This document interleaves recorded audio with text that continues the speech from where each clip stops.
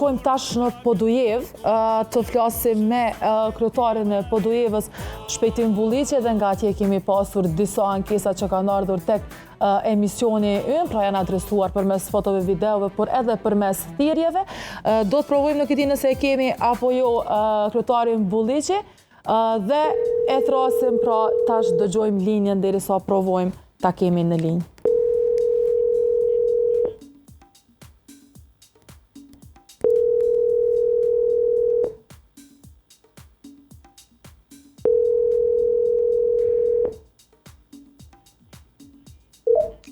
Alo? Alo, mirëmëngjes sekretari, Marta Mustafa, drejt për drejt nga emisioni Adresa Ankesave. Po? Shumë knaqësimi ju pas drejt për drejt. Kryetari, që shpjecin punë në Podujev? Përgjithsisht mirë duke ecur. Normal që kemi një varg projektës që të vazhdojnë për vitit kaluar, dhe cilat tashmë janë proces të zhvillimit punimeve. Por kemi edhe projekte të reja, cilat po presmi që të iniciojmë si procedura. Aja që vërehet, po thëmë, është problematika pak se ngritjes e çmimeve, dhe shumë prej operatorëve cilat vitin e kaluar kanë nënshkruar kontrata për realizimin e punimeve në projekte të ndryshme, normal janë me çmime më të vjetra, dhe këto ngritjet fundit çmimeve sigurisht që paksa janë shqetësuese edhe për operatorët ekonomik, por gjithsesi punët po vazhdojnë dhe shpresojmë që edhe kësaj çështje të gjendet një zgjidhje e caktuar.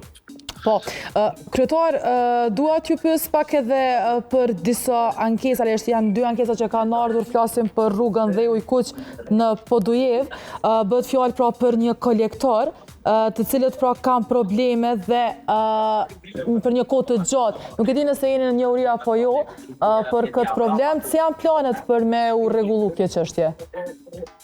Shqyqeni, shumë prej këtyre kanalizimeve të mëhershme të cilat janë punue, duket që nuk janë krye sipas standardeve çfarë kërkojnë. Dhe shumë prej tyre shpesh ka dhe bllokime.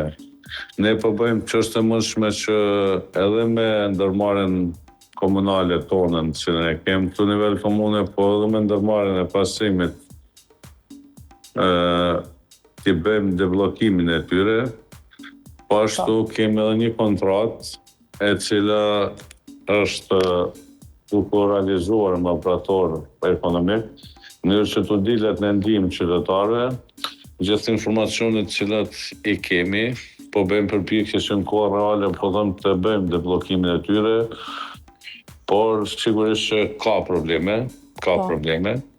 dhe po bëjmë përpjekje që t'jim sa më afër qytetarëve në mënyrë që t'u zgjidhim këto shqetësime cilat i kanë. Edhe kryetar, fare në fund që mos t'ju marko më shumë, si janë planet apo si qëndrojmë me kontratat për ndriçimin publik, sepse ka pasur një ankesë për problem në fshatin Konushevc? Qëni, në kanë disa probleme nga viti i kaluar, ku për shkak të disa borxheve, KEC ka ndërprer furnizimin me energji, tashmë informacionet që kam masën më të madhe është kjo zgjedhje këtyre problemeve, për arsye se tashmë kemi kryer gjitha pagesat me buxhetin e ri. Jemi duke instaluar në rrjetin e ndriçimit publik disa aparatura të cilat deri në orën 12 natës, domethënë 24 natës, të qëndron ndriçimi publik i ndezur dhe me qëllim që të reduktojmë shpenzimet enorme të energjisë elektrike, nga ora 12 deri në mëngjes, domethënë të mos ketë ndryshim pa nevojë për shpenzuar energjinë elektrike. Prandaj tashmë jemi në fazën finale të përmbylljes së këtij projekti dhe besoj që kjo çështje tashmë do vëritet që është e zgjidhur. Po, do të është çështje ditësh, pra, apo derisa të rregullohet në të gjitha, pra janë përfunduar afatet ligjore. Tashmë ndërmarrja komunale e Kollapi është në proces të vendosjes gjithë këtyre aparaturave, edhe po mendoj që punë ditësh do të përmbyllet gjithandej ky proces. Po ashtu ky vit planifikohet që të kemi edhe zgjedhje të ri, të vjetë ndryshimit publik, por gjithsesi duke pas parasysh edhe racionalizimin e shpenzimeve të energjisë elektrike për këtë qëllim. Po, kryetar, falenderoj shumë për këtë lidhje direkte dhe sigurisht me këto lajme të mira që po i mbyllim edhe për qytetarët e Konoshevës dhe gjithë ata që kanë problem me ndriçimin publik në Podojev. Falenderoj shumë për kohën. Faleminderit atë. Punë mbar.